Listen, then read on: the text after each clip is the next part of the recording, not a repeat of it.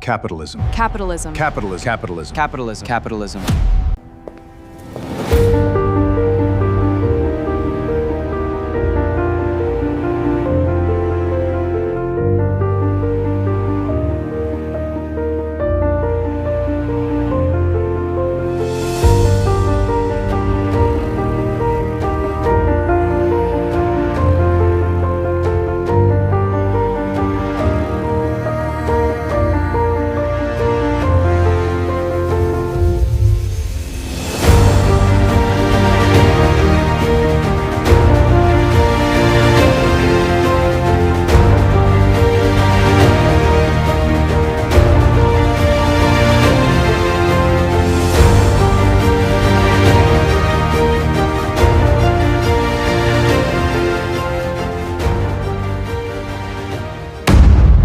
Long before the modern world was built, humanity lived by a completely different set of rules.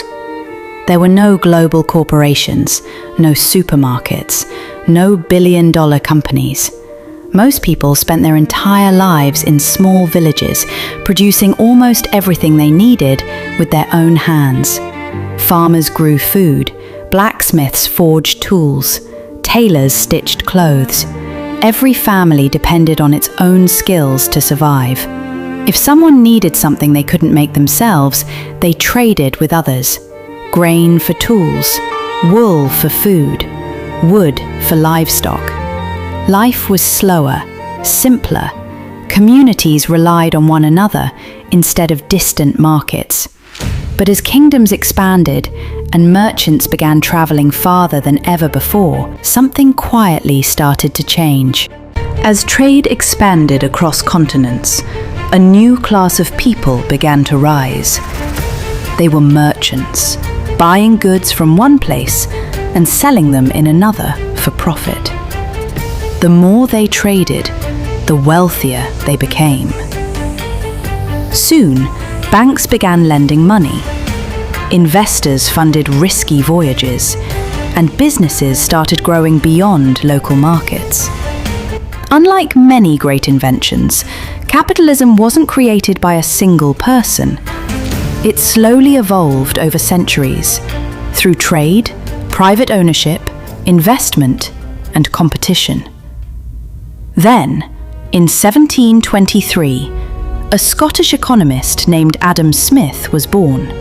In 1776, he published The Wealth of Nations, explaining why free markets and competition could make nations richer. But Adam Smith didn't invent capitalism. He simply explained a system that was already beginning to transform the world.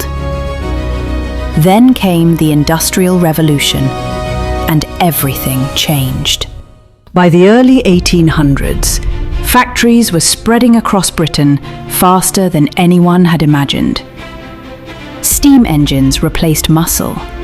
Machines replaced handcraft. Production exploded. For the first time in history, a single factory could produce more in one day than an entire village could produce in weeks. Millions left their villages, hoping for a better life in rapidly growing industrial cities. They no longer worked for themselves, they worked for wages. And businesses discovered something powerful. The more they produced, the more they sold, the more profit they made.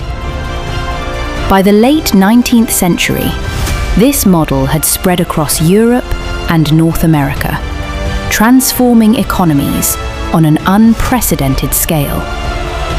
A machine had been created, one that never wanted to stop growing. This was modern capitalism. But every revolution comes with a price. At first, almost nobody noticed it. Capitalism was creating wealth faster than any system before it. Businesses expanded, trade crossed continents, innovation accelerated. For millions of people, life genuinely became better. But capitalism wasn't built to stop. It was built to grow. Every business had one goal: grow faster than yesterday, earn more than last year, stay ahead of the competition. Because in capitalism, standing still can mean falling behind. The more successful a business became, the more profit it generated. And the more profit it generated, the more it could invest, buy, expand, and dominate. Money started creating more money. But there was one problem. Not everyone owned businesses. Most people owned only one thing: their time, their skills, their labor. As wealth accumulated, it didn't spread equally. It concentrated. Those who owned companies became wealthier every year. Those who worked for them often depended on a monthly wage. The gap slowly became wider. By the late 19th century, this gruggling inequality was impossible to ignore.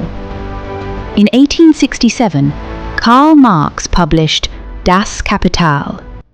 He argued that capitalism naturally concentrates wealth into fewer and fewer hands, while workers become increasingly dependent on selling their labor.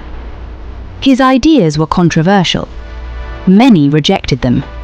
Many embraced them. More than 150 years later, the debate still continues. But something even more powerful was quietly taking shape. Businesses no longer competed only to make better products. They started competing for something far more valuable: your attention. Advertising was no longer just about informing people. It became the art of influencing people. Companies discovered that if they could shape desire, they could shape demand. They weren't just selling products anymore. They were selling success, status, identity, a better version of you. And without realizing it, the world entered a completely new era. Capitalism transformed the modern world. It created opportunities. It accelerated innovation.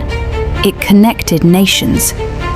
And it built wealth on a scale humanity had never witnessed before.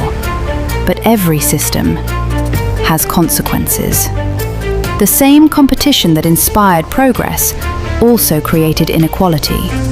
The same pursuit of profit that built empires also created questions about fairness. Who benefits the most from the system? Who gets left behind? And when wealth becomes concentrated, how does society respond? For more than a century, people have debated these questions. Some saw capitalism as freedom, a system where ambition could create success.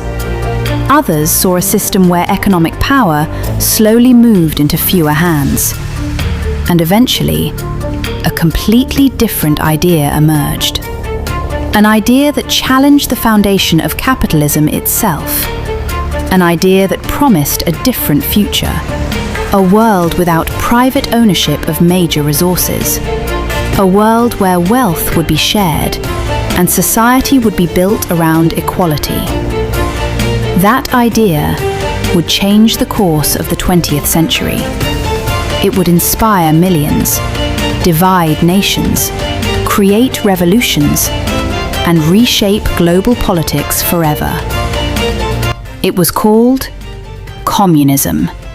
But was it the solution? Or another system with its own hidden costs? To understand that, we must go back to the beginning. Welcome to Myth Decoded.